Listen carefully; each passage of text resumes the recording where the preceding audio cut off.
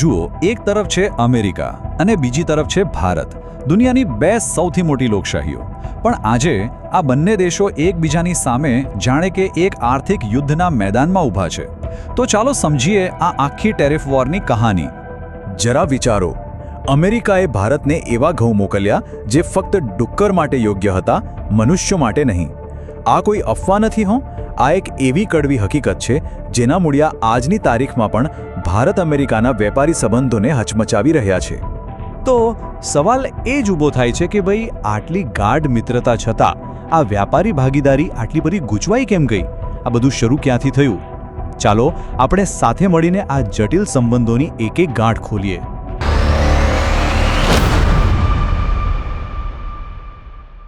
તો ચાલો સૌથી પહેલા અત્યારની પરિસ્થિતિ પર એક નજર નાખીએ.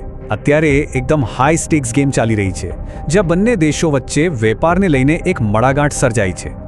જુઓ, આ કોઈ એકતરફી લડાઈ નથી. અમેરિકાએ શું કર્યું? એમણે ભારત પાસેથી જીએસપી સ્ટેટસ છીનવી લીધું.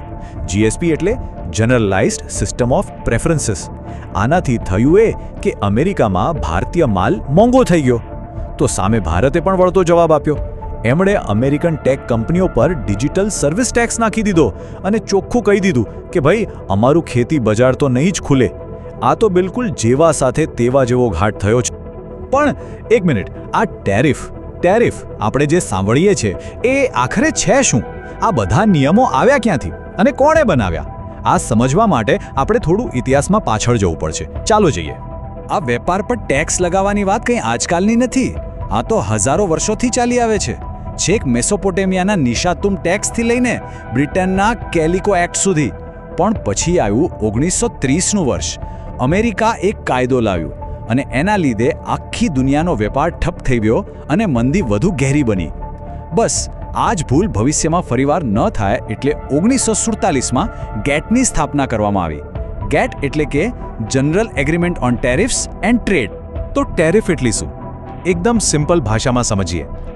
જ્યારે કોઈ માલ બહારના દેશમાંથી આપણા દેશમાં આવે એટલે કે ઇમ્પોર્ટ થાય, ત્યારે એના પર જે ટેક્સ લાગે ને, એને ટેરિફ કહેવાય.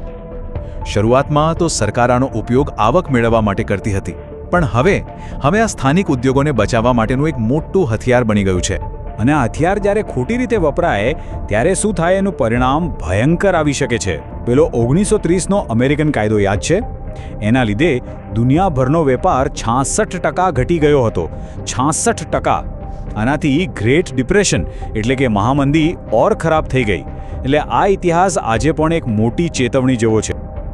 ચાલો હવે પાછા ભારત અને અમેરિકા પર આવીએ, કારણ કે એમના વેપારનો જે ઇતિહાસ છે ને, એ નિર્ભરતા અને અવિશ્વાસની એક ગજબની ગૂંચવાયેલી કહાની છે. વાત છે 1950 અને 60ના દયકાની. ત્યારે ભારતમાં દુકાળની બહુ ખરાબ પરિસ્થિતિ હતી.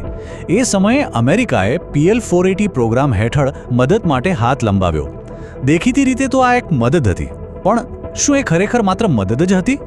પણ કહેવાય છે ને કે ક્યારેક મદદની બહુ મોટી કિંમત ચૂકવવી પડે છે. આ અનુભવ એટલો કડવો હતો કે ત્યારના વડાપ્રધાન ઇન્દિરા ગાંધીએ એક પ્રતિજ્ઞા લીધી. એમણે કહ્યું, ભારત હવે પછી ક્યારેય કોઈ પણ દેશ પાસે અનાજ માટે ભીખ નહીં માંગે. અને બસ આ એક વાક્યએ ભારતની ખેતીવાડીની નીતિને કાયમ માટે બદલી નાખી. અને આ જ વાત, આ જ ઐતિહાસિક ઘટના આપણને આજના ઝઘડાના મૂળ સુધી પહોંચાડે છે. અને એ મૂળ છે કૃષિ, એગ્રીકલ્ચર.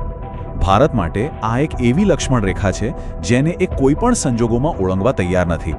પણ સવાલ એ છે કે કેમ? તો આખરે ખેતીવાડીમાં એવું તો શું છે કે ભારત કોઈ પણ જાતનું સમાધાન કરવા તૈયાર નથી? શું કારણ છે આટલી મક્કમતા પાછળ? ચાલો એને જરા ઊંડાણપૂર્વક સમજીએ. આનો જવાબ તો આર્થિક ગણિતમાં જ છુપાયેલો છે. જુઓ, એક બાજુ છે અમેરિકન ખેડૂત, જેને સરકાર તરફથી અબજો ડોલરની સબસિડી મળે છે. એની પાસે એકદમ લેટેસ્ટ ટેકનોલોજી છે. અને બીજી બાજુ છે આપણો ભારતીય ખેડૂત, જે મોટે ભાગે MSP એટલે કે મિનિમમ સપોર્ટ પ્રાઇસ પર નભે છે. હવે આ તો કોઈ સ્પર્ધા જ ન કહેવાય. આમાં ભારતીય ખેડૂત ક્યાંથી ટકી શકે? અને ભારત આમને આમ નથી ડરી રહ્યું. એની આંખ સામે મેક્સિકોનું જીવતું જાગતું ઉદાહરણ છે. જેવું એમણે અમેરિકા સાથે ટ્રેડ ડીલ કરી, તેના લગભગ 20 લાખ ખેડૂતોને ખેતી છોડી દેવાનો વારો આવ્યો.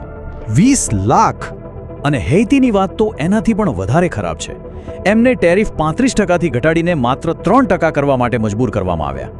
પરિણામ, એમનો પોતાનો ચોખાનો ઉદ્યોગ આખો ખતમ થઈ ગયો અને આજે એ લોકો 80% ચોખા માટે અમેરિકા પર નિર્ભર છે. એટલે જ ભારતની જે રેડ લાઇન્સ છે એ એકદમ ક્લિયર છે. પહેલું, દેશની લગભગ અડધી વસ્તીની રોજીરોટીનો સવાલ છે. બીજું, જીએમ એટલે કે જેનેટિકલી મોડિફાઈડ બિયારણનો ડર છે. અને ત્રીજું, કેટલીક સાંસ્કૃતિક અને સ્વાસ્થ્યને લગતી ચિંતાઓ પણ છે, જેમ કે અમેરિકન પશુઓને જે પ્રકારનો ખોરાક અપાય છે તે. આ એવા મુદ્દા છે જેના પર ભારત પીછેહટ કરવા બિલકુલ તૈયાર નથી. હવે આ આખી કહાનીમાં એક નવો ટ્વિસ્ટ આવે છે અને એ ટ્વિસ્ટનું નામ છે ચીન. તો સવાલ એ છે કે અમેરિકા ચીનના ટ્રેડ વોરે ભારત સાથેના આ ઝઘડામાં ઘી હોમવાનું કામ કઈ રીતે કર્યું? જો આંકડા બધું સાફ કરી દે છે. અમેરિકાનો જે ટ્રેડ ડેફિસિટ એટલે કે વેપાર ખાધ હતી એ ચીન સાથે હતી $375 અબજ, જ્યારે ભારત સાથે માંડ $23 અબજ. એટલે સ્વાભાવિક છે કે અમેરિકાનું પહેલું નિશાન ચીન જ હતું, ભારત નહીં. પણ થયું એવું કે જેવું અમેરિકાએ ચીન સાથે ટ્રેડ વોર શરૂ કર્યો, ચીને તરત જ અમેરિકાના ખેત ઉત્પાદનો જેમ કે સોયાબીન પર મોટા ટેરિફ લગાવી દીધા. આનાથી અમેરિકન ખેડૂતોનો સૌથી મોટો બજાર છીનવાઈ ગયો. હવે એમને તાત્કાલિક એક નવા અને મોટા બજારની જરૂર હતી અને એમની નજર કોના પર પડી? બરાબર ભારત પર. અને બસ આ જે પોઈન્ટ છે જ્યાં આપણે આજે ઊભા છીએ. એક તરફ છે અમેરિકા, જેને પોતાના ખેડૂતો માટે નવું બજાર શોધવાની મજબૂરી છે, અને બીજી તરફ છે ભારત, જે પોતાના ખેડૂતોને બચાવવા માટે મક્કમ છે. અને આનું પરિણામ શું આવ્યું?